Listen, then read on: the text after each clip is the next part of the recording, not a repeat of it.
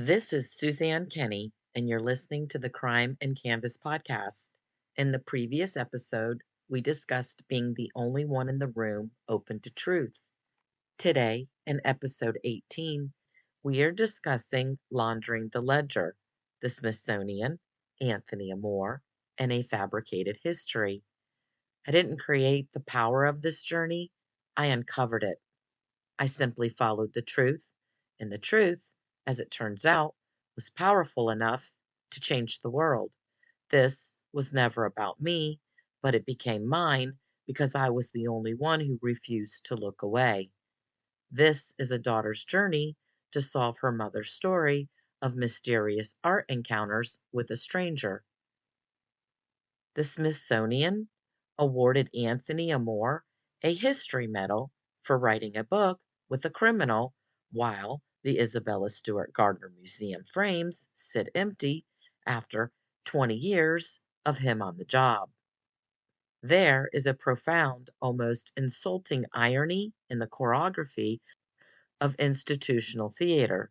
On Tuesday, April 14th, the exact birthday of Isabella Stewart Gardner herself, Anthony Amore stood before a crowd to sell a carefully curated illusion. Visit crimeandcanvaspodcast.com and click on the evidence link in the top navigation to view the evidence. While the Gardner Museum's legacy remains anchored to a 36-year cover-up, its director of security and chief investigator was busy at the Quincy Main Library promoting his latest release, The Rembrandt Heist. He wasn't there to answer for the empty frames hanging in his own museum.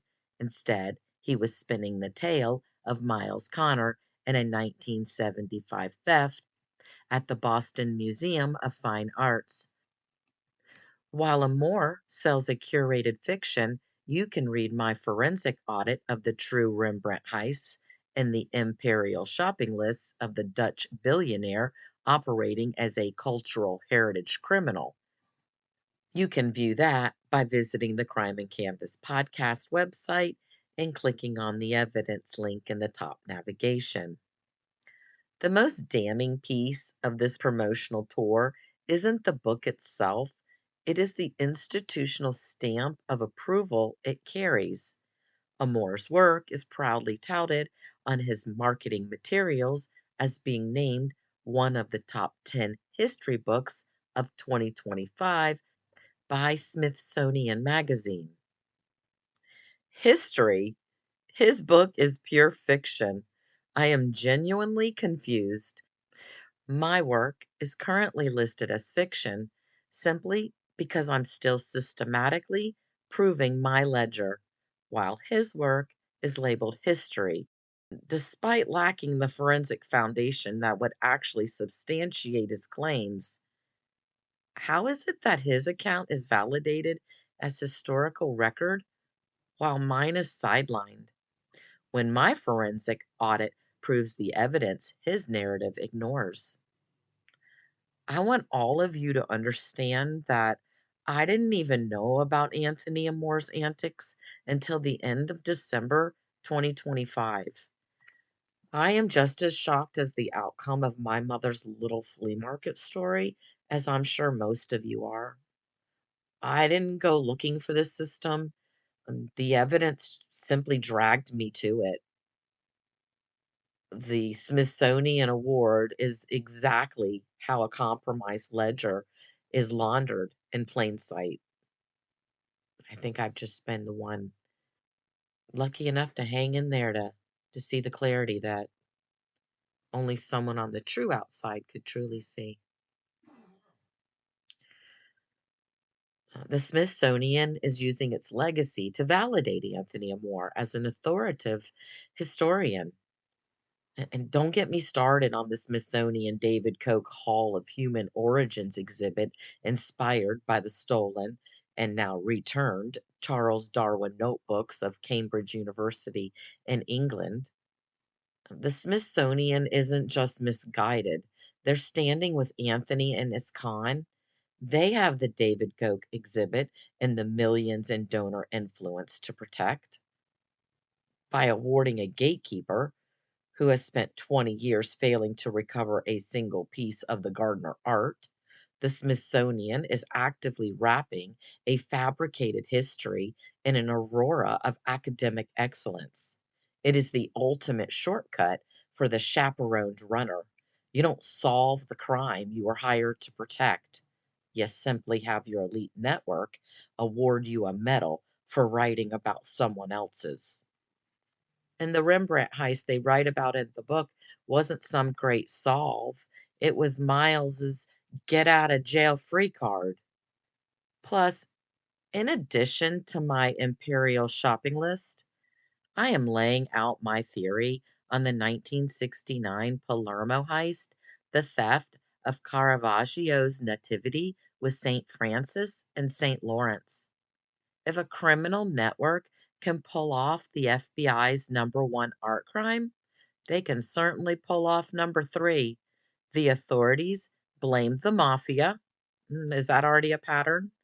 And fed the public a ridiculous story about the canvas being used as a rug. The reality: the mafia's Italian mothers would have killed them for stepping on a Catholic altarpiece. Could you imagine their faces when they would walk in that doesn't even make any sense. Don't even imagine it because it doesn't make sense. A 9-foot painting like that requires a massive wall, and it was always destined for a private mansion, not a mafia hideout. The public face of the establishment remains completely dark, but the community is waking up to the data, and the gatekeepers are studying it in total, paralyzed silence. The circle is widening, the nobody narrative is dead, and the community is now actively auditing the elite. Now, let's look at the digital receipts that prove it. Institutions rely on a very specific weapon to manage a crisis: silence. Like that. The wall of silence is an illusion.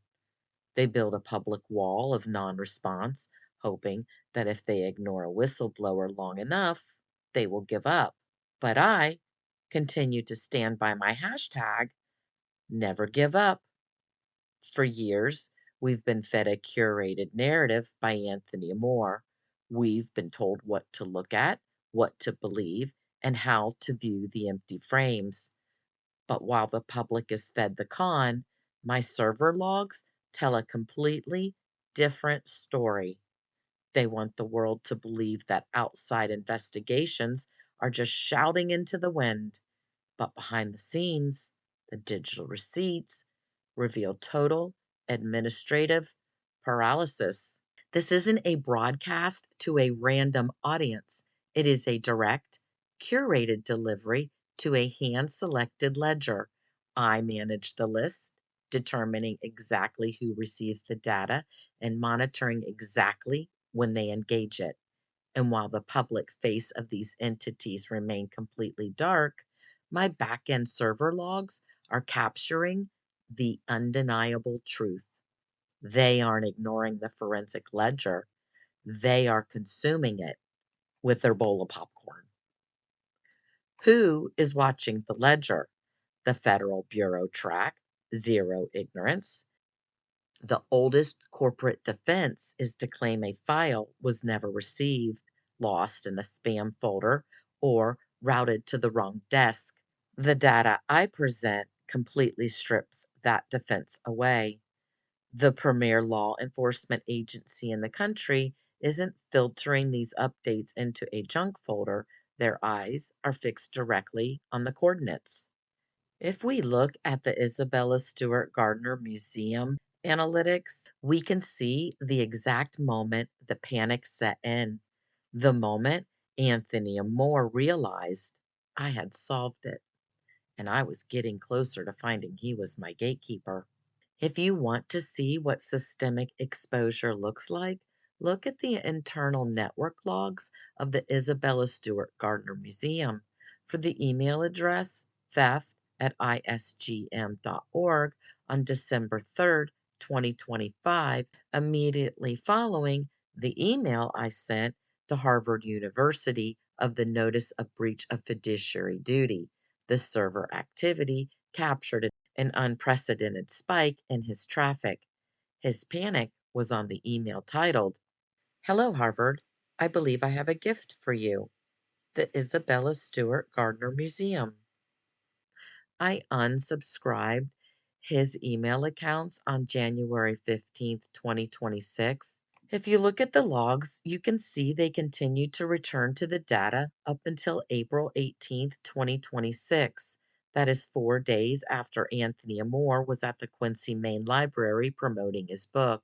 Furthermore, he opened the newsletter titled Demand for Investigation and Accountability, Isabella Stewart Gardner Museum Art Heist. This issue was sent on May 9th, 2025, 19 days before the Change.org event of the Hey Would You Blow Me on May 28th, 2025. Someone is reading this specific newsletter almost a year later. They are aware of my statements. To everyone in the room, I am not here to expose bystanders or violate privacy. I am here to hold the gatekeepers accountable. As a whistleblower, it is my duty to share the elements of this story that force the truth into the light. They are waiting for me to get tired. They are waiting for the nobody to stop sending the emails. They are relying on no one ever stepping forward to stand beside me. If you think I'm guessing, look at the logs. They don't lie. They're in the room, they're reading the audit, and they know exactly what I'm watching. To view these evidentiary analytical logs, visit the crimeandcanvaspodcast.com website and click on the evidence link in the top navigation. Let's be very clear. I am not an armchair detective. I am a whistleblower with first-hand art encounters from 1991 and 1992 involving my mother. Art encounters 45 minutes from Palm Beach. A whistleblower story isn't public knowledge. That is why they are called a whistleblower. I am proud to stand up for the truth that everyone else is too afraid to touch. Standing with Mary, standing with Isabella, standing for Boston. Where do you stand? Visit crimeandcanvaspodcast.com to read the timeline for yourself and sign the change.org petition. And remember, if you're going through a similar struggle, if you have a voice that needs to be heard, visit thenobodymandate.com to learn how you can get help. Thank you for joining me on the Crime and Canvas podcast. This is Suzanne Kenny. I'm grateful for your time and your willingness to hear this story. Let's always remember the truth is still the truth, even if no one believes it, or even if they try to ignore it.